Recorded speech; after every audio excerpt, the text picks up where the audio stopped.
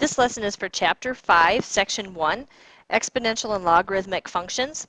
So open up to page 362. Please have your calculator handy. You're going to need a couple of keys on there specifically. One is a simple exponent key, so like the caret key if you have the TI calculator. You're also going to need your e to the x button, and that probably is not on one of the smaller calculators. Yeah, it is too. So even if you have just a TI-30 at home rather than the TI-84, both of them have those two buttons. Make sure that you have a calculator handy because we're going to be going through the steps of how to use that. You will use that for a lot of the problems in this chapter. So part of the practice is going to be making sure we can do the keystrokes to come up with some function values. All right, so starting out. An exponential function looks like f of x equals a to the x. Now, a couple of things about a. A will be positive, it's going to be greater than 0, and it will also never equal 1. Okay, having a 1 as a base of an exponential function would be kind of pointless because 1 to any power is still going to stay at 1. So we don't use 1 as a base. It's kind of an excluded case. When evaluating exponential functions, you're going to, like I said before, need that calculator key probably. Example number 1 in our book, right on page 362. In the book itself, there are 3 examples along with the 3 sets of keystrokes that you would have to perform in order to get that value from a calculator. So I would like you guys, being the answers are right there, to practice punching them into your calculator and making sure you come up with those function values that the book does. I'm going to take you through one of them, but again, you can't watch me punching it into my calculator, so I'm just going to have to tell you what I'm doing. And hopefully you come up with the same numbers that I do. All right, so if I'm going to do a to the negative x power with an x value of root 2. All right, so first of all, I punch in my 8, and then the caret key for exponent. Now, the power is a negative x, so I first hit my negative sign, and then you have to do your second shift key because our square root button, at least on the TI-84, is in the shift row. So shift and then square root key. Then you can enter your 2, and now you're going to have to arrow over so that you get out of the exponent box before you hit enter. Okay, so arrow over once so it knows you're done typing inside the square root button or inside the square root symbol, and then you can hit your enter key. You should end up with this on your display. Okay, so if you punched it in right, that's what you should get. If you didn't punch it in right, come to class and we'll go through it together and make sure that you do punch it in right. To graph exponential functions, you can build a table of values as well as using a graphing feature on your calculator. You guys all know how to enter these functions into the y equals button of your calculator, so you'll be doing that often. Once you have it graphed, you can also hit the table key to see what the table of values is going to be. Without the graphing calculator, it doesn't mean you can't do these. You're just going to be individually choosing values, plugging them in, and calculating by hand. So either way, you can come up with your picture. If we did this example, this one's checkpoint number 2a, it asks us to graph f of x equals 3 to the x. Okay, so again, you can punch it into your calculator, go to the y equals, and then put in 3 to the x power, 3 caret, and then the x will do that. Or in a table of values, just give yourself a few numbers. Okay, in doing this, 3 to the negative 3 power, if you think about that, okay, got to remember a couple of rules about exponents there. That's 1 over 3 to the positive 3 power, which is 1 over 27. If you punch 1 over 27 into your calculator, you get roughly that value. Okay, putting 3 to the negative 2 is 1 over 3 squared, or 1/9. Okay, 1/9 is 0.1 repeating. Putting a negative 1 in, you get the fraction 1/3, which is point, whoops, 0.3 repeating. 0 in, anything to the 0 power, if you recall, is equal to 1. Oops. Guess I don't need an equal sign in there. To a 1. 3 to the first power, of course, is 3. 3 to the second power, 9. 3 to the third power, 27.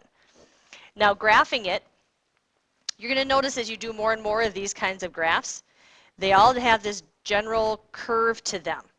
Okay, so coming in here, it's going to ever so slightly increase. 0, 1 is the intercept on the y-axis for our exponential curves unless they've been shifted. Okay, we're going to go back to those transformations. 1, 3, 2, 9. You can see how it's going to take off here once we're taking 3 to a positive whole number power. Okay, so that x-axis serves as an asymptote. It's not going to go below that, and then it's going to take off sharply to positive infinity.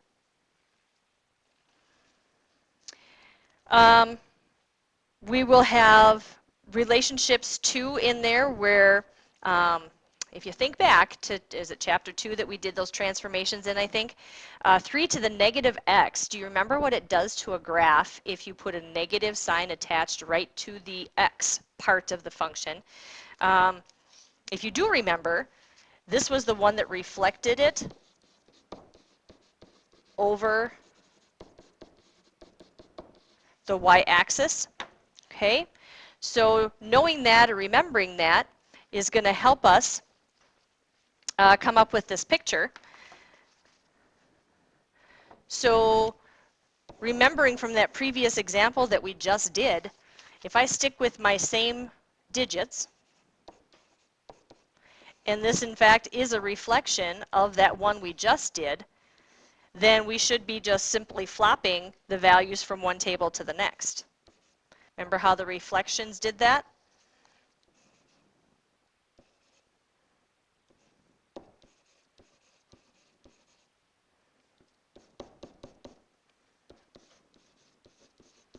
And then we can graph again. So negative 3 is real high. Negative 2 is 9. Negative 1, 3. 0, 1 still. And then it's just going to trickle down. And if you kind of look at those side by side in your homework, you can see that that's going to be a reflection, okay, of that previous one. So this one again looked like that. And the reflection over it, or 3 to the negative x power, is going to look like that, reflected over the y-axis.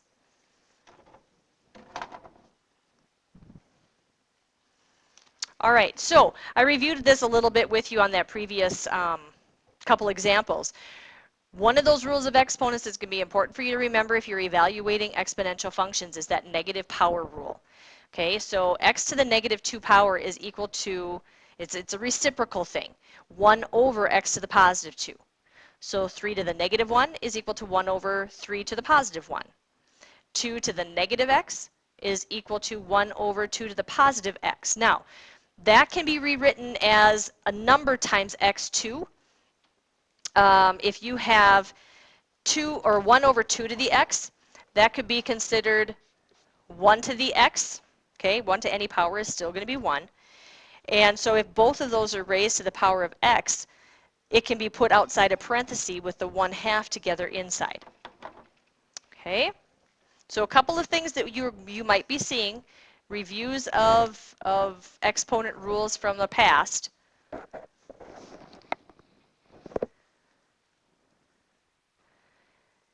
And here's a couple other things to consider about graphs. Okay, we just did 2 of them together. So you kind of saw the tendency that we are going to be heading into infinity land. I'm on page 364 now if you're following along. All of these things are coming from the top of that page there. So if we have y is equal to a to the x, okay, our domain, anything from negative infinity to positive infinity can work. Okay, the range, our y values, they are only going to go from 0 to positive infinity. Remember we talked how those curves were not going to dip down right there. The y-intercept is always going to be 0, 1. They will increase. There is a horizontal asymptote of y equals 0, and they're continuous. There aren't any breaks in them. If we were looking at that inverse function, y is equal to a to the negative x, domain still, any x value can be plugged in. Our range is going to still be from 0 to infinity. The y-intercept is still 0, 1. It will decrease this time. The horizontal asymptote is still y equals 0, and it is still continuous. So you can see those things in those two curves if you look back at the book too on page 364. I don't think I'm going to redraw them on these pages here. You can see them well enough in the text. All right, so now another thing that we're going to be taking a look at is a couple of properties here in section 1. We will be using these properties pretty extensively throughout chapter 5. So if you don't understand any of these, make sure that we have another discussion about them in class. A one-to-one property, okay?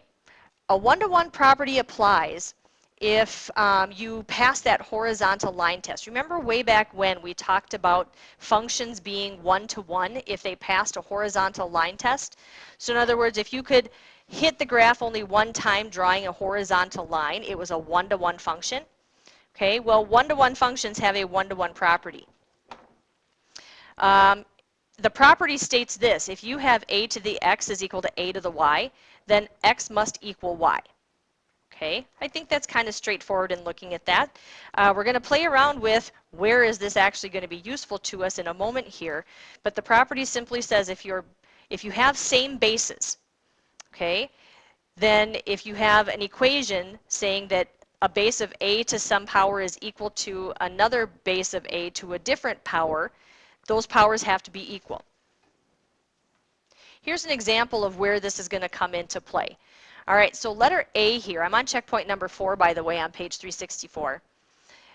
8 is equal to 2 to the 2x minus 1 power. All right, well, in this particular problem, the bases don't match, okay? Number 8 currently is not in exponential form, but we could rewrite 8 as some power of 2. Okay, so most of you guys are aware that 8 is equal to 2 to the third power.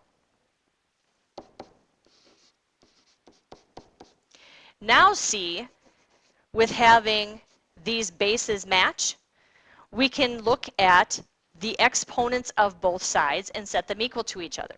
So we're going to be able to find that value of x and solve the equation if we just take those two expressions for powers, 3 on the left side, 2x minus 1 on the right, and put them equal to each other. Solve your equation.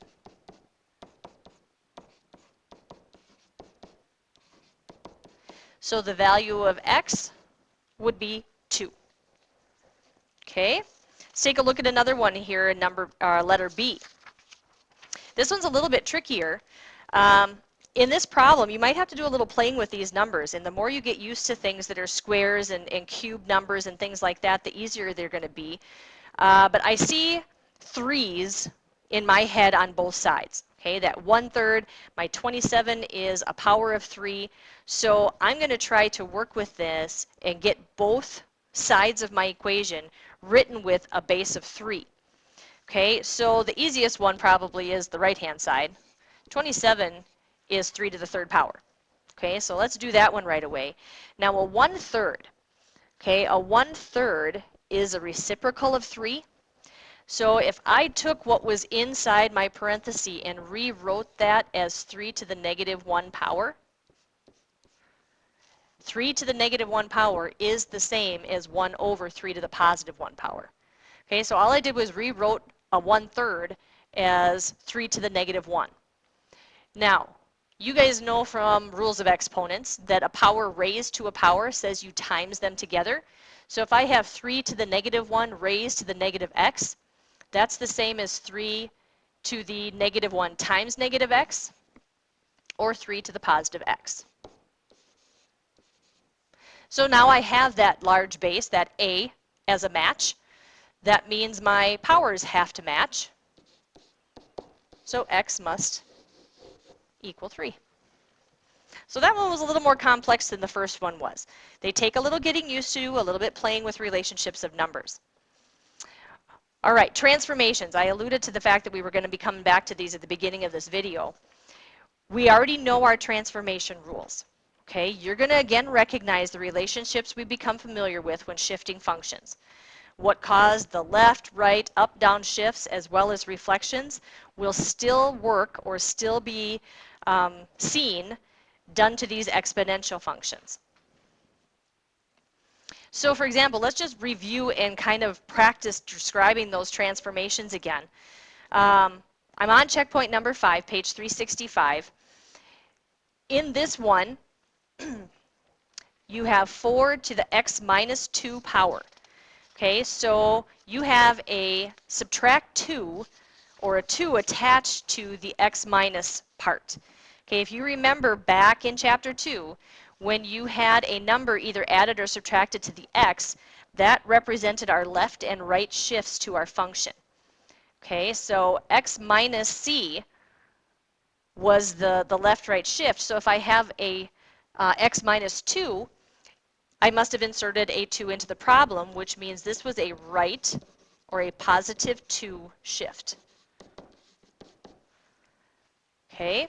Letter B, I have a 4 to the x function with a plus 3 tacked on to the end.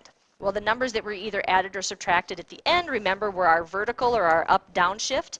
So this one is a shift of up 3. Okay, C, getting a little bit bigger here. There's a couple of things going on. First of all, there's a minus 3 at the end, so I know that means down 3. And then also there is a negative attached to my x, which means we're going to reflect over the y-axis. Okay? We'll practice a bunch more of those when we come back together. All right, now, the natural base e, now we're going to be working with that e to the x key on your calculator, and I am on page 366 in the book. E is an irrational number. Its value is approximately, you can see it on the screen here, 2.718281828, dot, dot, dot, dot, dot. F of x equals e to the x is called the natural exponential function. There is an e to the x button on your calculator that you're going to be using, so make sure you can find that there. On the TI calculator, it is in the shift numbers, so it's the little blue numbers above the buttons, and it's right above the LN button. It's in that first column down kind of next to the 4 key. Okay, so hopefully everybody can find that e to the x button. Example number 6 has us working with this, and I want you guys to go through a couple of these and make sure that what you punch in gives you the results that they're showing you in the text as well. We're going to do one. We're going to do checkpoint 6A from the bottom of this page. The problem says evaluate f of x equals e to the x at x equals 0.3. So I'm just going to simply punch my e to the x key, and it's going to let me enter in. Okay, so if you punch e to the x, so shift and then the LN button, notice that the exponent box is flashing. So you just simply type 0.3 in there, arrow over 1. Make sure you've cleared the exponent box, and then when you hit enter, hopefully you see this value come up. Okay, so make sure you can run your calculator. To graph a natural exponential function, use your calculator. Okay, build a table of values just like we did with the other ones. Look at example 7 on the bottom, page 366. Okay, so if we're looking at f of x equals 2e to the 0.24x function, the picture of that is over next to it to the left on figure 5.8. If you graph it and hit the, enter that into your y equals slot, hit graph, it's going to generate that picture. If you go over and choose table, you should see the numbers that pop up in that table that they provide us in the solution also. Okay, so if you need any help with that one, again, we'll come back together in class and I can show it to you in person. One very familiar or one very widely used exponential function is going to be compound interest. that knowing how to use this formula is key in several areas outside of college algebra, so it's a good one to play around with. We're going to work on some problems with compounding interest. First thing you need to do is understand the formula. All right, so in this formula, your interest or your amount is going to be equal to your principal times 1 plus r over n to the nt power. What do these letters all mean? All right, so your amount is A. P represents your principal or your original deposit. N will be the number of periods per year. Okay, so if you're going to compound interest quarterly, N would be 4. If you're going to compound interest monthly, N would be 12. If you're going to compound interest annually, N would be 1. Okay, so that N value is the number of periods per year that you will calculate interest. T is time, and just like simple interest formulas from way back in your past, it has to be in years. Your R is the interest rate. Okay, that's your percentage. Do not forget to turn your interest rate into a decimal.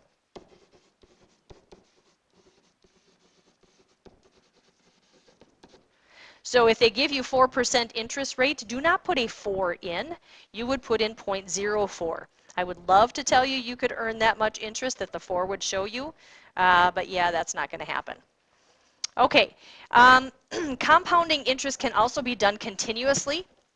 If the situation says you're going to compound continuously, this version of our formula is used instead. So notice that there is E in here, our natural log, or our natural exponential button would be used. P still stands for principal, and T still stands for time. We wouldn't have an N because we're not going to have periods of compounding our interest. It's just continuously being done, so that's why you don't see the N. All right, so checkpoint number 8 gives us one that we can play around with here. Comes in 3 parts. We're going to compound interest quarterly, monthly, and then also continuously, which is on my next slide coming up. So quarterly, okay, N is going to equal 4 because there are 4 quarters in a year. All right, so being it's not continuous, we are going to use this version of our compound interest formula. So principal for this problem, we're investing $6,000. So $6,000 is your principal. R stands for rate. We have a 4% interest rate, so 0.04. Like we said, we're going quarterly, so we've got 4 periods that we're going to calculate interest. N is again in the power, and then time is 7 years. All right, so start calculating. 1 plus 0.04 over 4 ends up giving us 1.01. And 4 times 7, of course, is 28. 1.01 raised to the 28th power has to be done next. Don't forget your order of operations. We need to do this power before we times by 6,000. So don't do that backwards. 6,000, 1.01 to the 28th power, I got roughly this, 1.321290967. Don't round these off if you can help it. Okay, just keep it loaded into your calculator and then just, continue to do the next step, and it will, times 6,000 by your answer to 1.01 to the 28th power. If you start rounding stuff off, your answer could end up being off by quite a lot by the end of your calculating. All right, so then multiplying this number by 6,000 gets me here. This end answer you will round off to the nearest penny because it is money. Okay, don't forget to round it. Don't just chop it off. Okay, make sure that that last penny has been rounded appropriately. Okay, so that's what we get for A. Monthly, okay, it's going to be virtually the same process, except now our number of interest periods is going to be 12, not 4. Okay, so let's see what this does to the amount that we have.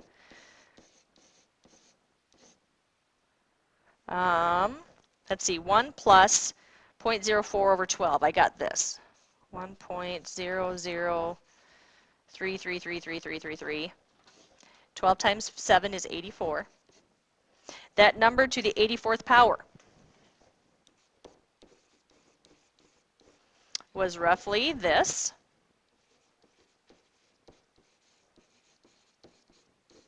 And multiplying by 6,000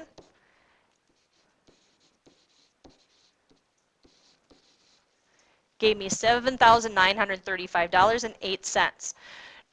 Take a look at these two answers. So when you compound interest more often, like B did, take a look at the amount of money that you have. It's not a fortune more, but this wasn't a very huge investment either. It was $6,000. Well, that's big for me, but it was still a difference of about $8. Okay, so through the course of time, that could end up being a substantial amount of money. All right, let's take a look at this continuous interest then.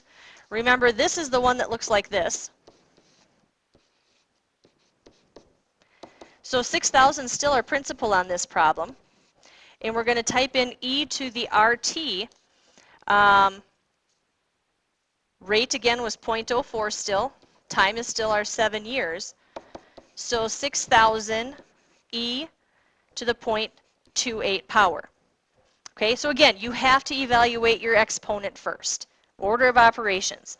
So e to the 0.28 power, type it in yourself and see if you match mine. There's all of that. And then multiplying by 6,000.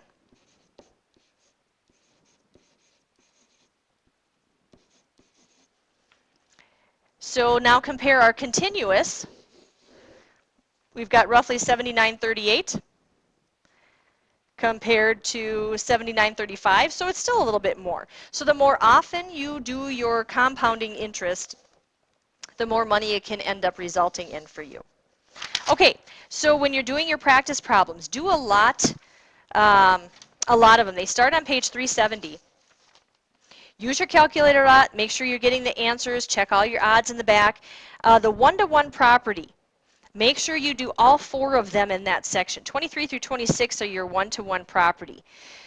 27 through 30 is more practice on describing the transformation. I strongly urge you guys to go through all 4 of them as well. Compound interest problems, make sure that you look for a few of them and play around with those exponential functions where you're putting in values. And if you have any questions, we can discuss them when we come back together in class.